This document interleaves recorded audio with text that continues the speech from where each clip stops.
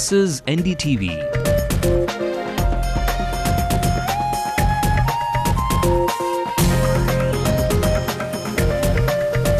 And you're watching NDTV Hindu.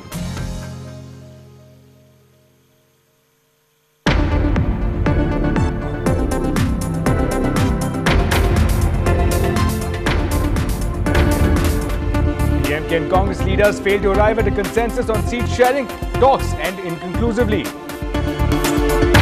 The big railway budget brings good news for Chennai. 9 new suburban services for the city. Mamata Banerjee also announces 2 new connections to the cities in demand, Shirdi and Mysore. Amma rejects the latest railway budget, complains of little focus on Tamil Nadu. Heavyweight stars Jayalalitha and Vijaykanth will be the lead pair in taking on the DMK combine in the assembly elections. The DMK chief plays the minority card, writes to the Prime Minister, demands that Dalit Christians be treated at par with Dalits. In a barbaric move, 30 stray dogs are killed in Perumbakam, reportedly by lethal injections. We want a better pay structure, demand government employees. Instead, they are handed a sound blow of a police lathi.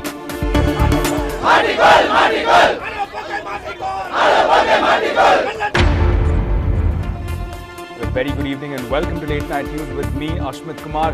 Let's take a quick look at developments coming in from across the country. No hikes, 56 new trains and many Aam Aadmi schemes in Rail Budget 2011, but opposition attacks her alleged Bengal bias. The Economic Survey says inflation is worrying. Errant monsoon and rising crude oil prices is another concern. Ex-Telecom Minister Arun Shourie submits his account of the 2G scam to the CBI, says Raja should turn approver. The black money issue makes Pranab Mukherjee fume again, says that the government cannot reveal the names of those who had taken black money. And India can land 2 flights a day in Tripoli, Libya. Indians will not be charged for evacuation.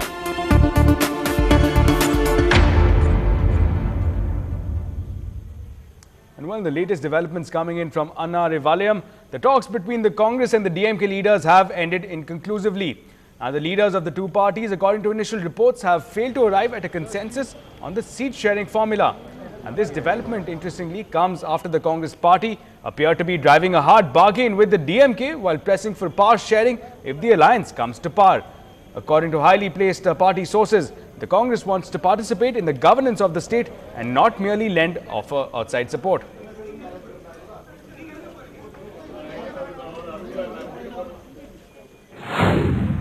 Both Congress and DMK seat sharing committee met today and discussed further.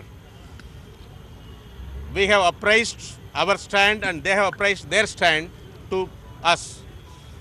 Now we have to take forward today's meeting and the proposals to our High Command. That is one. Number 2, like Congress, the DMK will take forward their position to their leader and then will come back to us. And this is the position. Moving ahead from those political discussions, we have received reports of a major fire at Ritchie Street. To tackle the fire, 4 fire tenders and 3 metro water trucks had been pressed into service. Closely placed shop clusters not adhering to the prescribed safety norms has been cited as the primary reason for the fire. No casualties have been reported so far and the loss to property is being assessed. Well, for more on this, let's go across to our reporter Salim, who was actually looking into those developments. Salim, again, a quick word on firstly, perhaps the reasons that the fire tenders are citing as the primary reason for this fire. Ashwin, the firefighting is over and the fire officers very clearly say that safety takes a backseat as far as Ritchie Street is concerned. He actually went on saying that the businessmen in the Ritchie Street are only interested in making money and they are not concerned about safety issues, and this particular incident will bring in an awareness so that these kinds of incidents may be averted in future. Ashwin? Yeah, right, Salim. Also, a word about the fire right now. Have the fire tenders been able to overcome the turmoil, the fire flames on Ritchie Street? Yes, Ashmit, 4 fire tenders were pressed into service and they succeeded in their attempt in putting off the fire. The fire officers went on saying that the loss of property was estimated at around 40,000 rupees, and the cause of fire is exactly unknown. But however, the fire officer says that as per the preliminary investigation, some electrical short circuit may be the cause of fire.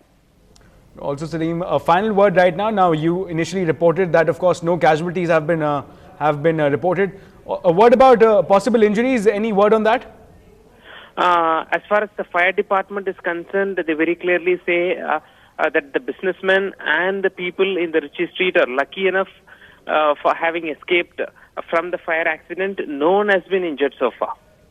Right, Salim. Thanks a lot for joining us. So again, a case of people getting lucky with flouting prescribed safety norms. Let's move ahead now. Your dream travel plans may actually be affordable now. The new railway budget is nothing short of being a populist one. New stops and decrease in freight rates seemed highly unlikely, but with elections in West Bengal around the corner, Didi seemed more than happy to woo the Aam Aadmi. So what's in store for you and I this railway budget? Here's a lowdown. No hike in fares for the third year in a row, and a slash in online reservation rates. A slew of new initiatives, a boost to infrastructure, and introduction of several pro-passenger facilities.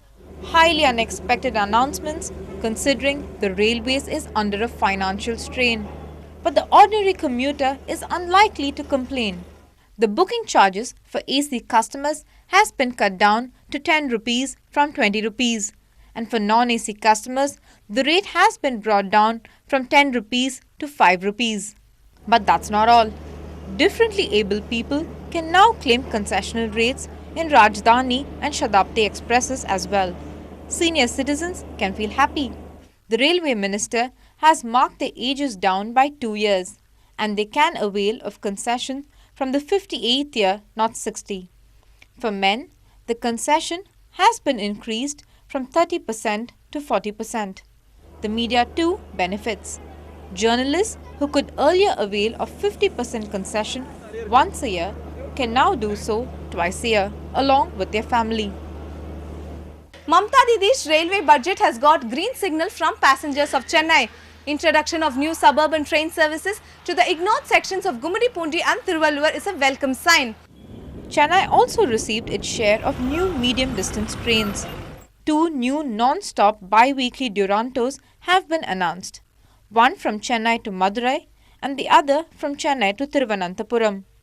Chennai will also run special trains to Shirdi via Bangalore and another from Chennai to Mysore. The Chennai-Egmore-Nagore Express will be extended up to Karaikal.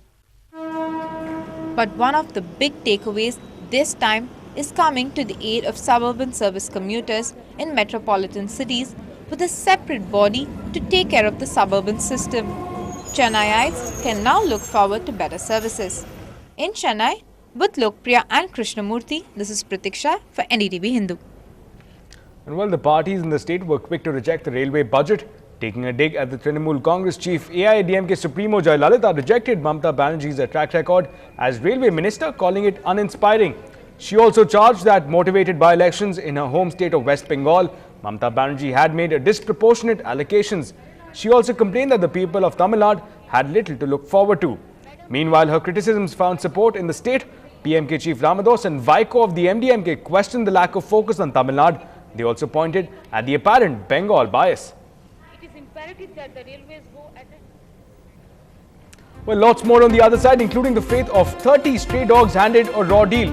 Barbarism against animals reaches new lows. We get you more details on the other side.